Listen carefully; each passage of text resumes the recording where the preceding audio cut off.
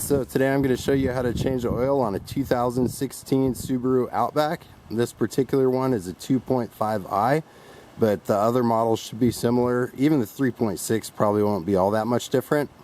Now you're going to need some tools to do this job, and I'll show you what they are right here.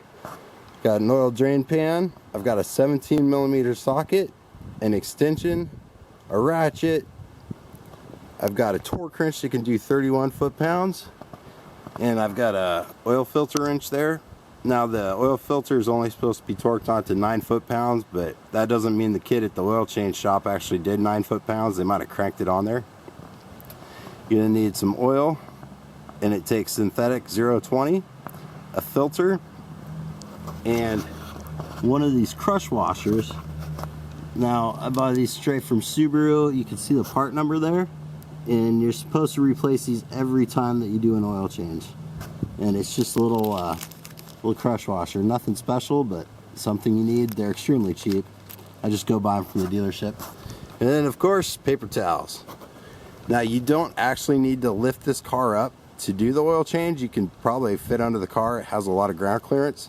But for ease of the video, I'm gonna jack it up and put it on jack stands so I can use my creeper and show you, get you a little better angle on what's going on under there.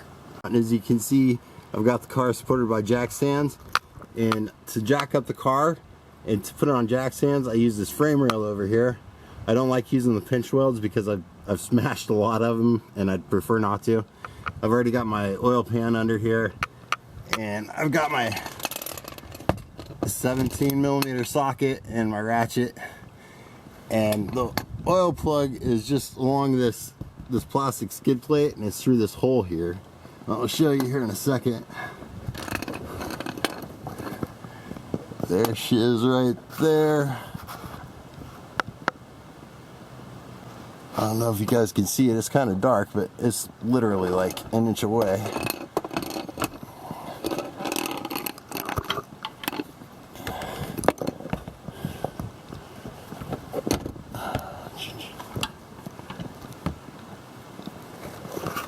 So I've got my socket on there, and I'm going to go ahead and break it loose.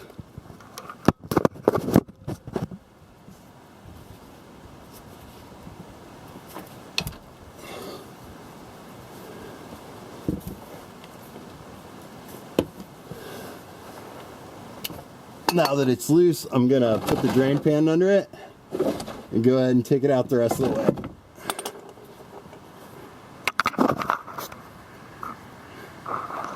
Now it's great to have like nitrile gloves, or latex gloves. Any kind of gloves are really nice when you're doing this, because it helps you to keep oil off your hands.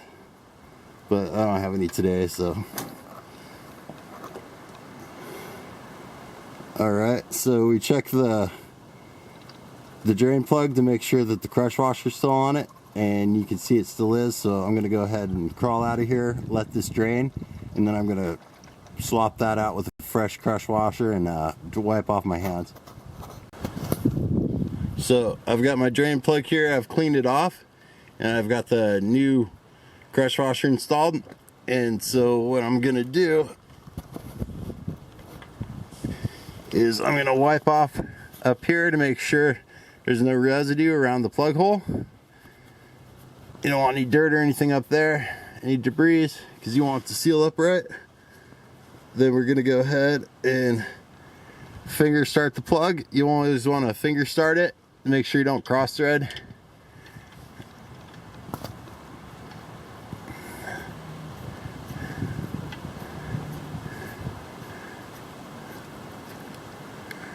Alright, so she's in finger tight. Now I've got my torque wrench here, and it's set to 31 foot-pounds. I'm gonna go ahead and put my 17mm socket. Now when you use a torque wrench, you always want to grasp it by the handle on the bottom. That way it actually torques correctly. If you hold it up on the neck of the wrench, you won't get accurate torque. I'm waiting for the click here. This is a click type torque wrench.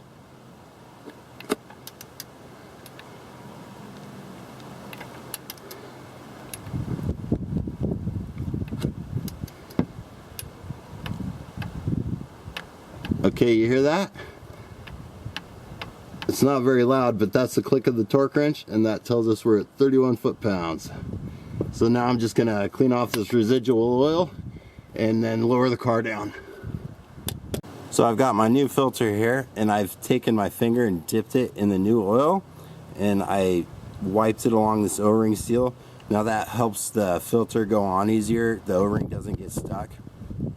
And on this filter, and most other filters I've seen, it tells you on the side how many turns to go on.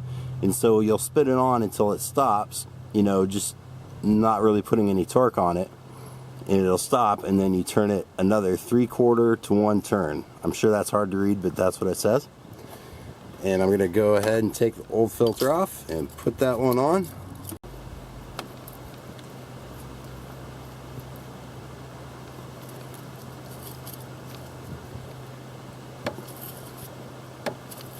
Okay, she's loose now.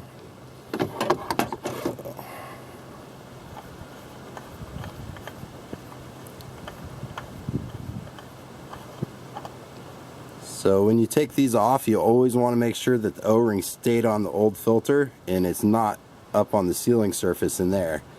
If you accidentally leave one on there, it can cause a huge oil leak and possibly blow your engine. So you definitely don't want to do that.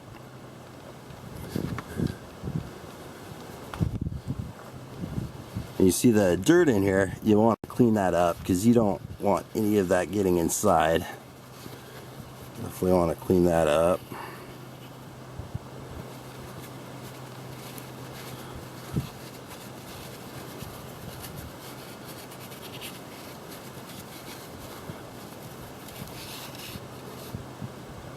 So that's pretty good.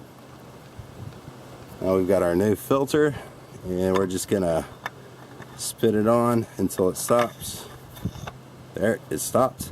So I'm gonna use this as an index mark, and I'm gonna go another 3/4 to 1 turn, just like the instructions said on the filter.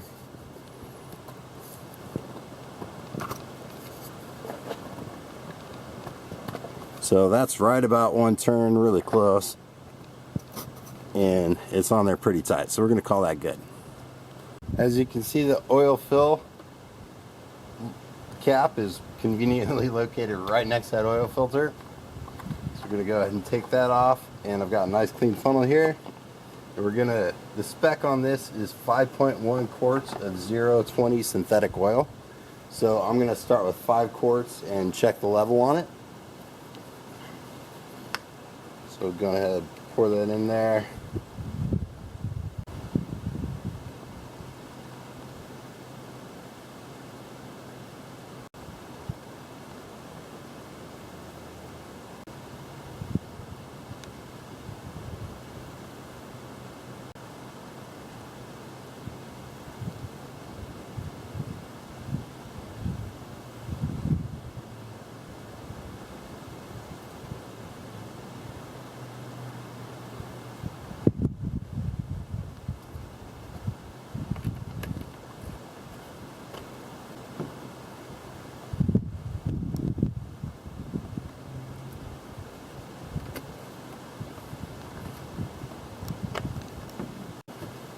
Okay, don't forget to put your cap back on. That could cause quite a mess, I'm sure.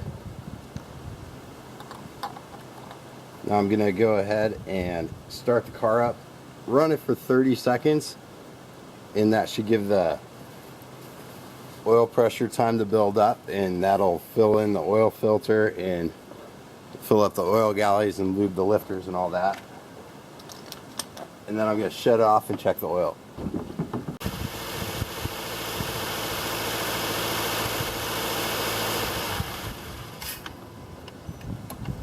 Alright, so we've ran it for 30 seconds, and the dipstick is right on the opposite side of the engine. It's still on the front, but it's over here compared to the filter and the cap. So we're going to go ahead and take that out, wipe it off, make sure it's clean. Go ahead, put it back in, pull it out. As you can see, it's between the 2 holes. It's a little bit low, but the oil in the heads takes like 20 minutes to drain down all the way. So being between the middle of the holes and not being real close to the lower hole is fine, because as this oil warms up, it's actually going to expand, and then the oil level will come higher up. So this is just fine, and we're done. One personal favor I would like to ask all of you is to dispose of your oil properly. Go ahead, put it back in the original containers that you just dumped your new oil out of, and call around to the parts stores, and one of those is going to offer some kind of recycling program, and dispose of it properly. Thank you.